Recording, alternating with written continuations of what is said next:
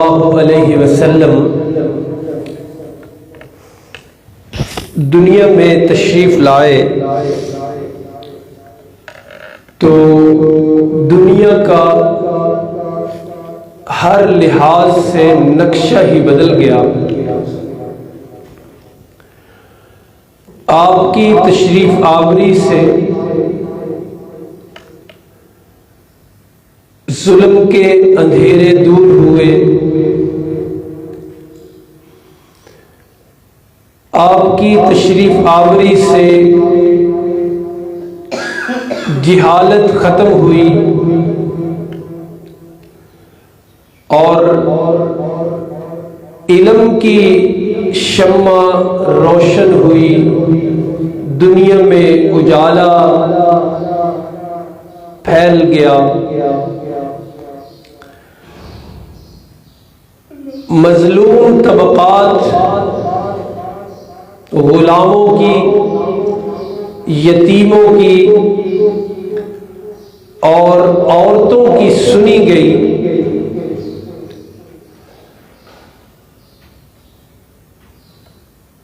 شرک اور بدعت کے بادل انسانیت سے چھٹ گئے۔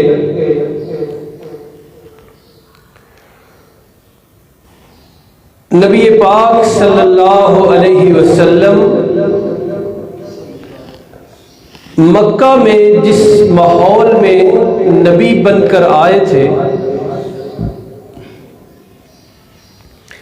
قرآن حکیم نے اس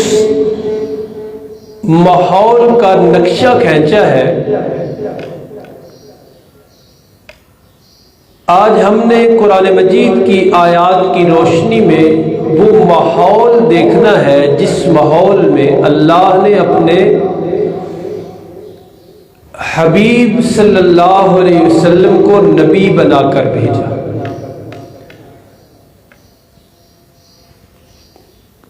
جو آیت مبارکہ پڑھی ہے یہ سورۃ الجمعہ کی آیت ہے۔ اس میں مکہ والوں کی علمی سطح، یعنی ان میں علم کتنا تھا، اسے بیان کیا گیا ہے، اور باقی معاشرتی پہلو بھی دوسری آیات سے ہم پڑھیں گے۔ تو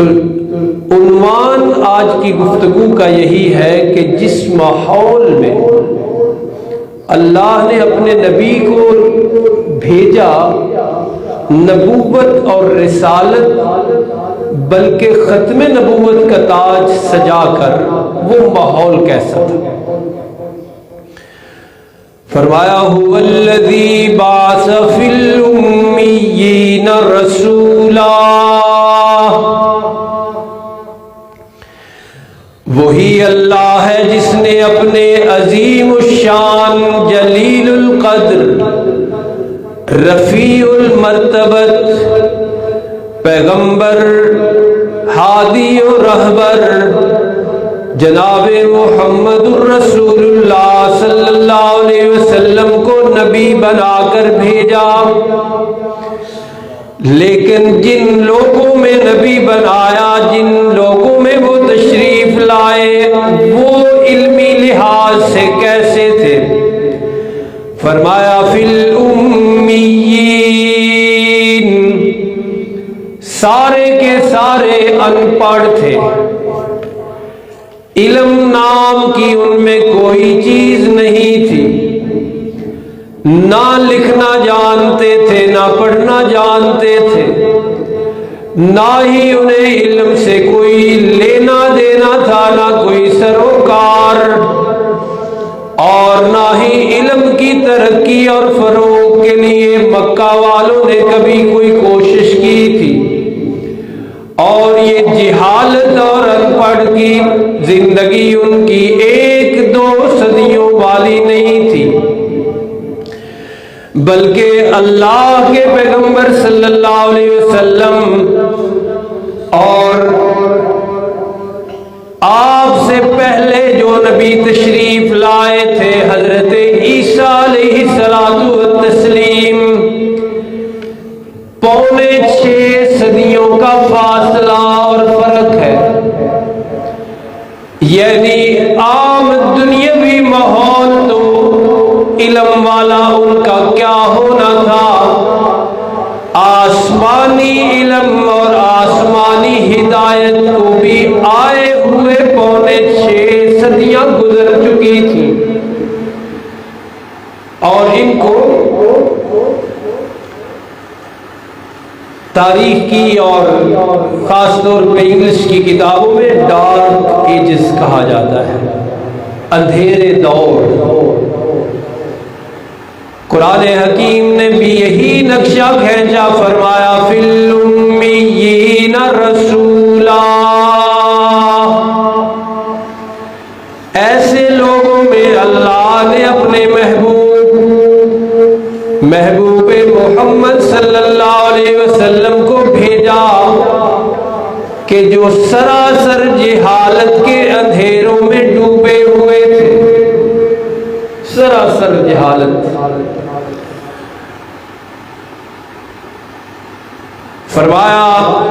2-4 لفظ چھوڑ رہا ہوں، وہ اللہ کے پیغمبر صلی اللہ علیہ وسلم کی صفات ہیں، لیکن ہم نے وہ نقشہ خاص طور پہ پڑھنا ہے، وہ ماحول. اسی آیت کا آخری جملہ یہ ہے، یعنی پہلے شروع میں ہم نے یہ پڑھا کہ اللہ فرماتے وہ سراسر ان پڑھ تھے، اور آیت کے آخر میں فرمایا وَإِن كَانُوا مِن قَبْلُ لَفِي ضَلَالٍ مُبِينٍ، اور کوئی شک نہیں کہ وہ سارے کے سارے اللہ کے پیغمبر صلی اللہ علیہ وسلم کی تشریف آوری سے پہلے سراسر گمراہ تھے. من قبل لفی ضلال مبین، کھلی گمراہی میں تھا، ان میں ایک بھی راہ ہدایت پر نہیں تھا، ان میں ایک بھی راہ حق پر نہیں تھا،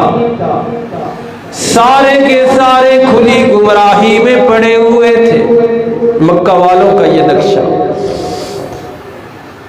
اور اسی جہالت اور گمراہی کا نتیجہ یہ تھا کہ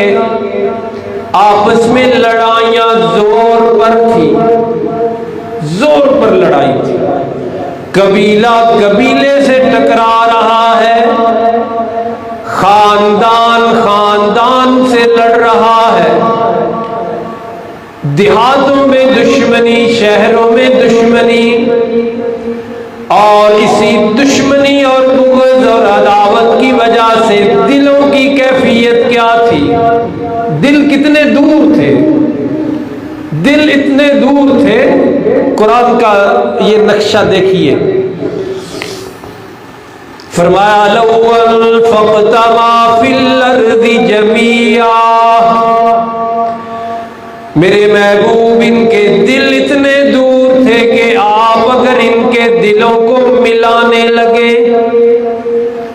آپ ان کے دلوں میں الفت ڈالنا چاہیں، آپ ان کے دلوں کو قریب کرنے لگے، آپ کا اگر ارادہ ہو کہ ان کی دشمنیاں ختم اور دوستیاں بڑھ جائیں، فرمایا ان کے دلوں کی حالت یہ ہے کہ لو انفقت ما فی الارض جميعا،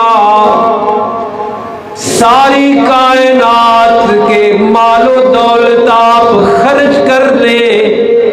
ارادہ یہ ہو کہ ان کے دل مل جائیں، یعنی اس مقصد کے لیے کہ ان کے دلوں کی دوریاں کم ہوں، آپس میں مل جائیں، دشمنیاں ختم ہو، بغض ختم ہو، کینہ ختم ہو. اگر آپ یہ کوشش کریں اور اس کوشش میں ساری کائنات کا مال و دولت جمع کر کے اپنی اس مہم پر اور اپنی اس تحریک پر اور اپنی اس کوشش پر خرچ کریں، رب العالمین فرماتے ہیں ما الفت بین قلوبہم، اتنے دل دور ہے کہ ساری کائنات کا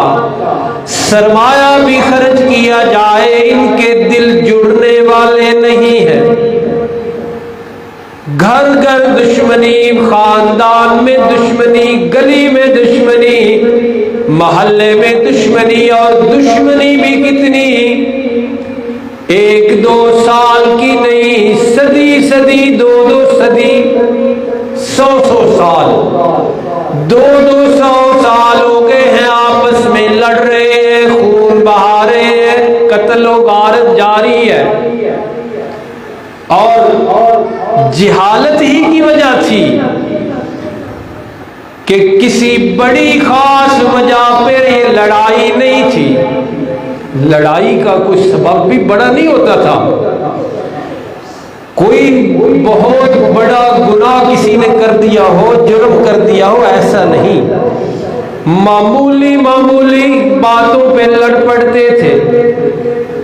وہ حالی نے کہا نا کہ کبھی گھوڑا آگے بڑھانے پہ جھگڑا، کبھی پانی پینے پلانے پہ جھگڑا۔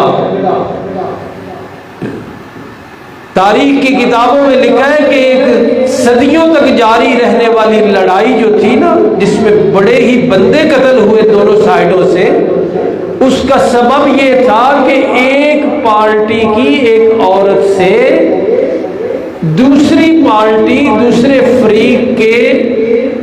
پرندے کا انڈا ٹوٹ گیا تھا، اس نے کوئی چڑیا کا انڈا توڑا تھا صرف،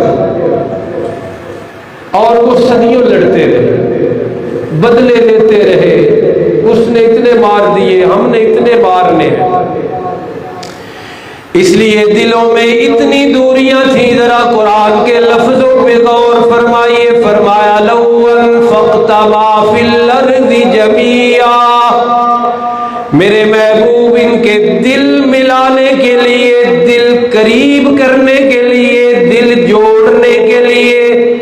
ساری کائنات کا پیسہ سرمایہ آپ خرچ کر دے، اتنی دوریاں ہیں، اتنی دشمنیاں ہیں، اتنے بغض ہیں، ما الفت بین قلوبہم، آپ کبھی بھی ان کے دل نہیں جوڑ سکتے، اتنی دوریاں۔ تو یہ معاشرہ تھا جس میں اللہ کے پیغمبر تشریف لائے، یہ نقشہ تھا اہل مکہ کا، جس میں رسول کریم صلی اللہ علیہ وسلم کو اللہ نے رحمت بنا کے بھیجا پہ، اور مذہبی لیول پہ اتنی برائیاں ان میں تھیں، اتنے گناہ، اتنے جرائم۔ قرآن حکیم نے بھی نقشہ کھینچا، تاریخ بھی بتاتی ہے کہ بیت اللہ کی دیوار کے ساتھ ٹیک لگا کے شراب پیتے تھے، اللہ کے گھر کی دیواروں کے سائے میں بیٹھ کے جوا کھیلتے تھے۔ اللہ کا گھر ہے عظیم اور برکتوں اور تقدس اور پاکیزگی والا گھر۔ وادی طوبا میں حضرت موسیٰ علیہ السلام پہنچے نا، تو اللہ کے پیغمبر بن گئے، اللہ نے نبوت عطا کی، تو فرمایا ان فخلا نعلیک، حضرت موسیٰ سے اللہ نے فرمایا کہ اپنے جوتے اتار دیجئے، انک بالواد المقدس طویٰ، وہ اللہ کا گھر نہیں تھا، وہ ایک وادی تھی مقدس جس کا نام وادی طویٰ ہے، وہ مسجد بھی نہیں تھی، اللہ کا گھر نہیں تھا، عبادت کا خانہ نہیں تھا، لیکن رب نے فرمایا کہ فخلا نعلیک، اپنے جوتے اتاریے جناب۔ اور یہ کیا کر رہے ہیں؟ بیت اللہ کی دیوار کے سائے میں بیٹھ کے شراب پی رہے ہیں، جوا کھیل رہے ہیں، اور اپنے انہی کرتوتوں کی وجہ سے بربادی اور تباہی اور ہلاکت کے لحاظ سے جہنم کے کناروں پر تھے۔ قرآن حکیم کے لفظ سنیے، سورہ آل عمران 4 سپارہ، ان کی مذہبی صورتحال گناہوں کے لحاظ سے رب العالمین نے نقشہ یوں کھینچا، فرمایا وَكُنْتُمْ عَلَى شَفَا حُفْرَةٍ مِّنَ النَّارِ، اے اہل مکہ میرے نبی کے آنے سے پہلے العالمین کی تشریف آوری سے پہلے تمہاری حالت یہ تھی،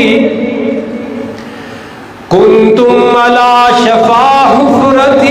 من النار، جرائم کر کر کے، گناہ کر کر کے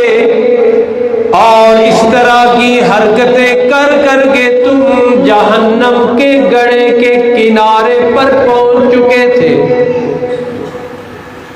بالکل گرنے والے تھے تم جہنم میں اپنے جرائم کی وجہ سے۔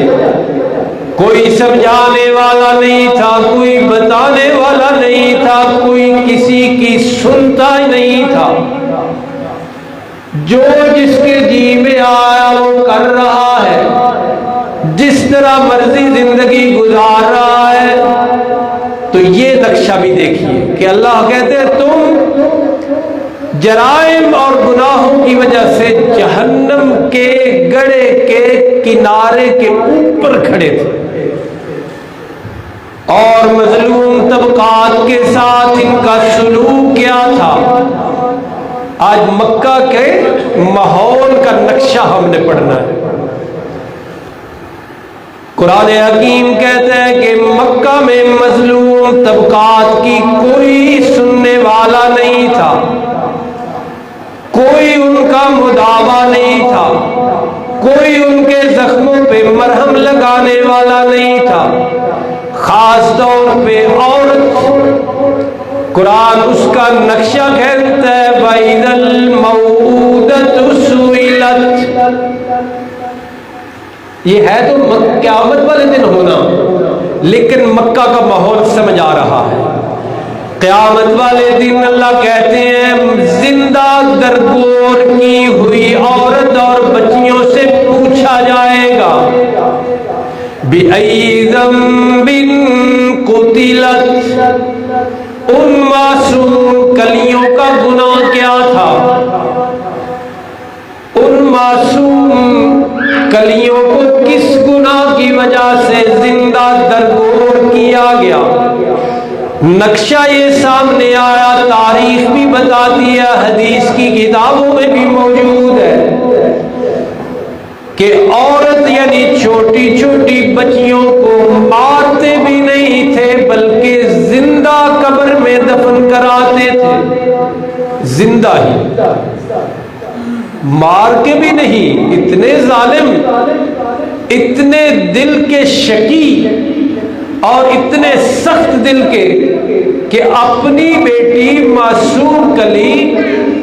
اور زندہ اس کو قبر میں جا کے دفنانا۔ ایک صحابی مسلمان ہوئے، انہوں نے یہ کام کیا ہوا تھا، وقت واقعہ تفصیل سے نہیں میں عرض کروں گا، ٹائم کم ہے،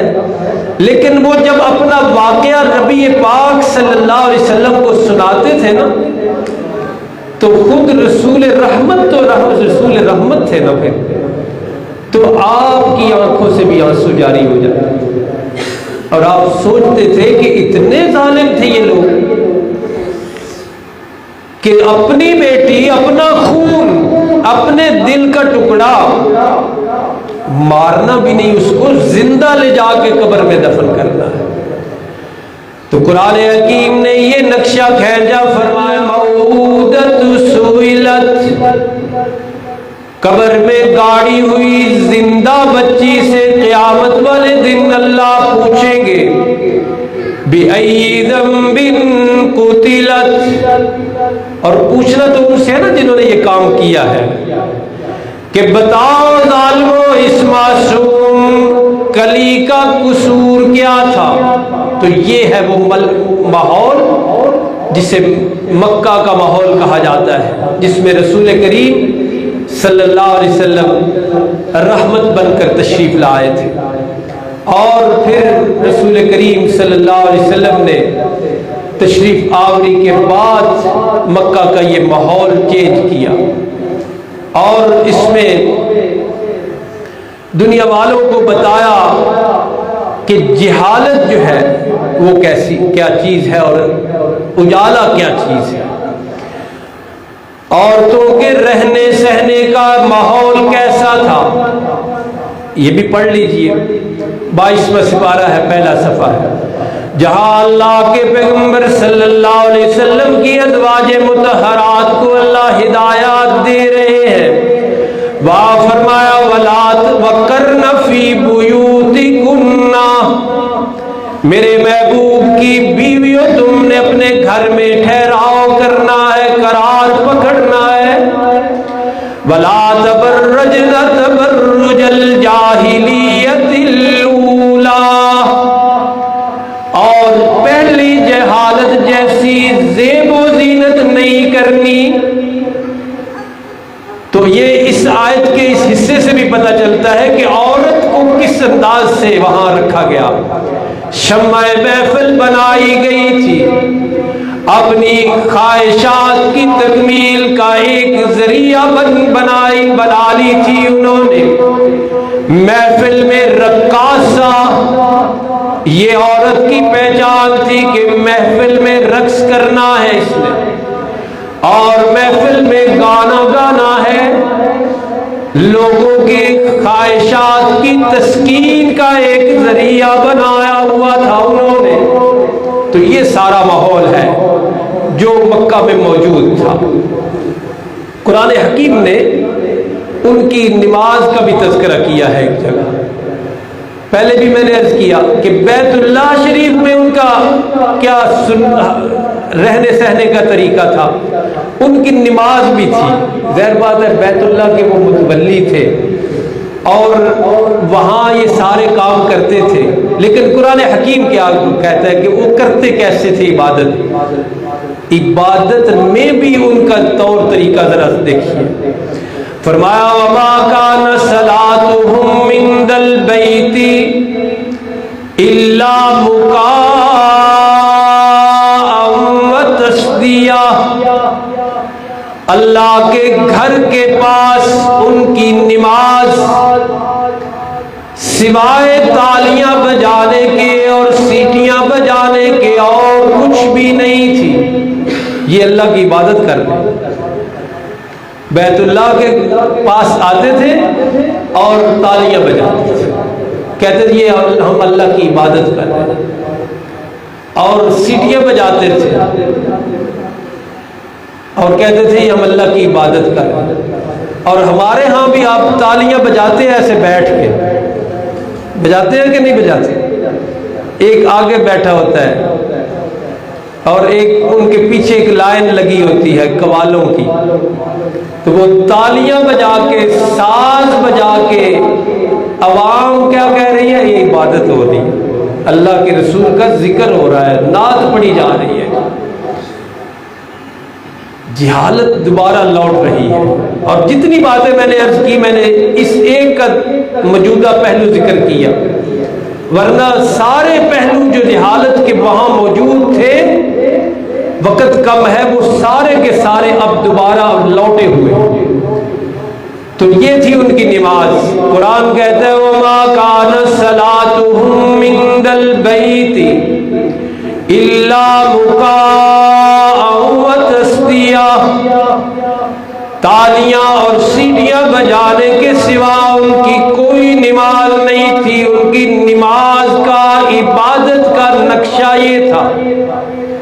تو یہ وہ ماحول ہے جس میں اللہ کے پیغمبر جناب محمد رسول اللہ صلی اللہ علیہ وسلم تشریف لائے تھے۔ جھوٹ کی کیفیت کیا تھی، حرام کھاتے کس طرح کھاتے تھے، دوسروں کے مال کس طرح ہڑپ کرتے تھے، ظلم کس طرح کرتے تھے،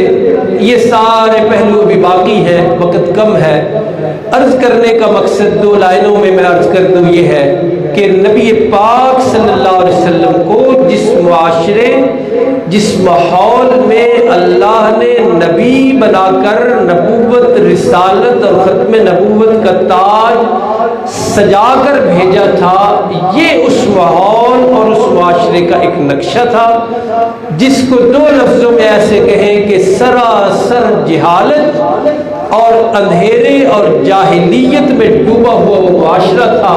پھر اللہ کے پیغمبر صلی اللہ علیہ وسلم نے اس کی کایا کیسے پلٹی، یہ ایک طویل تذکرہ انشاءاللہ آئندہ جمعوں میں جاری ساری رہے گا اللہ کی توفیق سے۔ اللہ پاک ہمیں قرآن حکیم کی سمجھ عطا فرمائے۔ وما علینا الا البلاغ المبین۔